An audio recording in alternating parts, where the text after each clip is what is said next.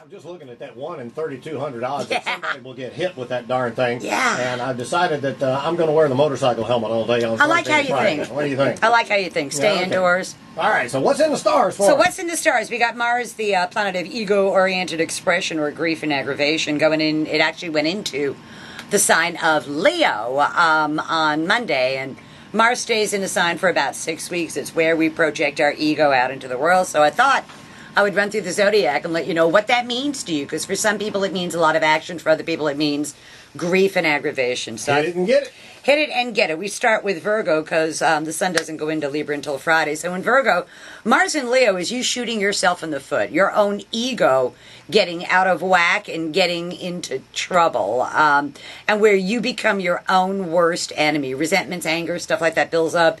You explode, and it's kind of like that righteous indignation that nobody ever goes for. So the best thing for Virgo to do is not to do themselves in. It's bad enough when other people do it. Don't you do that yourself, Virgo.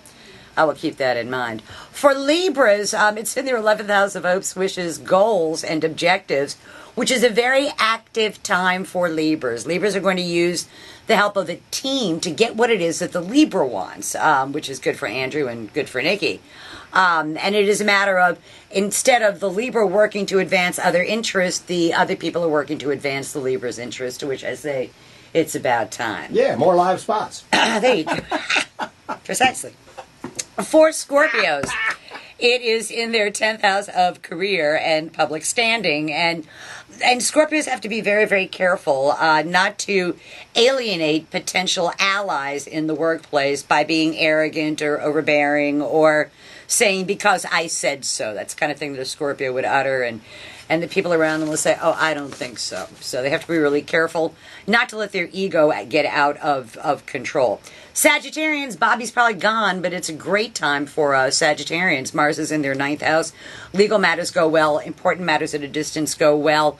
Anything that they want to put their passion into goes very, very well for Sagittarians over the next 6 weeks or so. And they get to deal with important matters at a distance. For Capricorns, the money spending is just starting.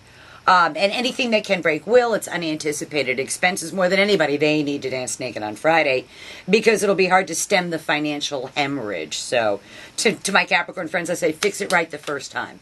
Don't nickel and dime it. For Aquarians, Mars in their 7th house of partners. Whenever Mars opposes your sun sign, everybody yells at you. It's like stand in line, take a number to yell at Aquarians.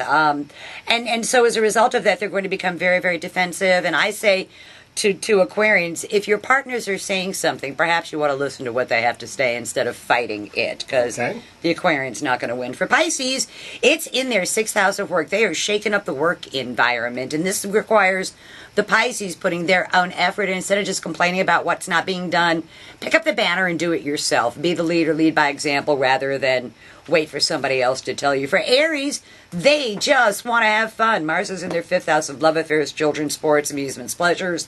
And they are very, very passionate about something and they need to follow their passion where it takes them.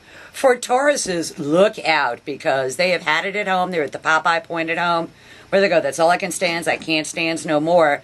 And Tauruses are very, very likely to lay waste to any kind of problems that they have been putting up with since June of last year at home. It's going to be the end of that. They're just not going to have it anymore. So, glad I'm not married to a Taurus. I know. And then when I get to Leo, you'll understand why. For Geminis, it's in their 3rd house of day-to-day living. The pace of their day-to-day living picks up. They've got places to go, people to see, things to do, agreements, arrangements. It's a very high energy time for Geminis, and they need to not dawdle so they can get to everything on their plate. For Cancer, spending a ton of money. And again, the United States is a Cancer, so I expect that, well, in spite of all the cuts, I'm sure we'll see some spending tucked in there. No cuts. It's all spending. It's all spending and taxing, right? Because that's what it says in this chart. And Leo, Cancers spend a ton of money that they don't have, which again sounds like the United States. So they have to be careful with that. For Leos, Mars is in their sign. It will be there for 6 weeks. Leos are fired up and they are not going to take a back seat to anybody. It's about the Leo projecting their ego out into the world and getting what they want. So, and I think that that's a great thing because it's all stuff that they were trying to do between November of 2009 and June of 2010 that they might have been thwarted by. Well, it's come full circle, and now the Leo has the upper hand, and when you have the upper hand, you use it. That's right. You know, You kind of roll just. with it, baby. Yeah, you know. So for Leos, they are very impassioned and very, very fired up, and so you want to stay on their good side. So that's tomorrow's news today for the 12 signs of the zodiac. Go Rays, go Bucks. I'm wearing my Rays You Could Do It shirt, That's it. so hopefully they will. Well, I know they will, and thank you, my dear, for the Always a pleasure. Don't forget Friday. update. All right, we'll be dancing naked. I will. Ooh.